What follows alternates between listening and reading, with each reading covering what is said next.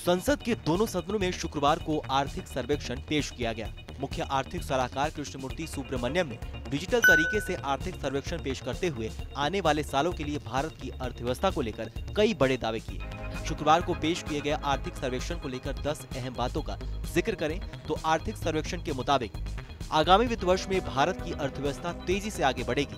वित्त वर्ष 2022 में नॉमिनल जीडीपी का अनुमान 15.4% पर रखा गया है। इसके अलावा वित्त वर्ष 2022 में रियल जीडीपी ग्रोथ का अनुमान 11% पर रखा गया है। अनुमान में कहा गया है कि कोरोना महामारी के प्रकोप से भारत की अर्थव्यवस्था तेजी से निकल रही है। इस वक्त भारतीय अर्थव्यवस्था में भी शेप की रिकवरी देखने को मिल रही है, यानी लॉकडाउन की वजह से अर्थव्यवस्था जितनी तेजी से नीचे गई थी अब उतनी ही तेजी से ऊपर आ रही है। आर्थिक सर्वे 2021 में कहा गया है कि अगले वित्त वर्ष में निवेश बढ़ाने वाले कदमों पर जोर रहेगा। ब्याज दर कम होने से कारोबारी गतिविधियां बढ़ेंगी। आगे भी इकोनॉमिक रिकवरी के लिए ठोस कदम उठाए जाने की उम्मीद है। रिपोर्ट में कहा गया है कि भारत जीडीपी का 2.5% स्वास्थ्य क्षेत्र पर खर्च कर रहा है। इससे लोगों की जेब से स्वास्थ्य पर खर्च 65 से घटकर 35% हो गया है। अगर हम स्वास्थ्य पर खर्च बढ़ाते हैं तो आम लोगों को काफी राहत मिलेगी। आयुष्मान योजना बड़ा बदलाव ला रही है। वित्त वर्ष 2020 से 21 में कृषि क्षेत्र की विकास दर 3.4% रह सकती है। उद्योग क्षेत्र में 8.8 और सेवा क्षेत्र में 8.6% की गिरावट का इस वित्त वर्ष में अनुमान है। भारत इनोवेशन के मामले में टॉप 50 देशों में है, लेकिन इस वक्त भारत में R&D पर सरकारी खर्च 56% पर है, जो विकसित देशों की तुलना में 3 गुना है। लेकिन निजी क्षेत्र को इनोवेशन R&D पर खर्च बढ़ाना होगा।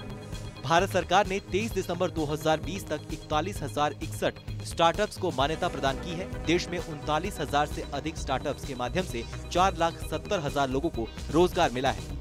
ग्रामीण भारत में सरकारी और प्राइवेट स्कूलों में नामांकित विद्यार्थियों के पास स्मार्टफोन की संख्या में भारी वृद्धि दर्ज की गई है। 2018 में 36.5% विद्यार्थियों के पास स्मार्टफोन्स थे, वहीं 2020 में 61.8% विद्यार्थियों के पास स्मार्टफोन मौजूद है। इसके पीछे की वजह ऑनलाइन शिक्षा और स्मार्ट क्लासेस है। रिपोर्ट्स के अनुसार इस वक्त भारत का विदेशी मुद्रा भंडार $600 अरब का है, जो 18 माह की जरूरतों के लिए पर्याप्त है। भारत की राजकोषीय घाटे की स्थिति भी नियंत्रित रखी जाएगी। भारत में अगले दशक तक विश्व में सर्वाधिक युवाओं की संख्या होगी, इसलिए देश का भविष्य तैयार करने के लिए इन युवाओं के लिए उच्च गुणवत्ता वाली शिक्षा प्रदान करने की क्षमता विकसित करना होगा। सर्वे के अनुसार भारत में प्राथमिक स्कूल स्तर पर 96% साक्षरता दर हासिल कर ली गई है। बता दें कि 29 जनवरी को संसद के दोनों सदनों में आर्थिक सर्वेक्षण पेश किया गया। आर्थिक सर्वे पेश किए जाने के बाद संसद 2 दिनों के लिए स्थगित कर दी गई है। अब 1 फरवरी को संसद में वित्त मंत्री निर्मला सीतारमण द्वारा बजट पेश किया जाएगा। आपकी इस खबर को लेकर क्या राय है, हमें कमेंट सेक्शन में लिख के जरूर बताइए। बाकी देश और दुनिया की तमाम बड़ी खबरों के लिए देखते रहिए TV9 भारतवर्ष।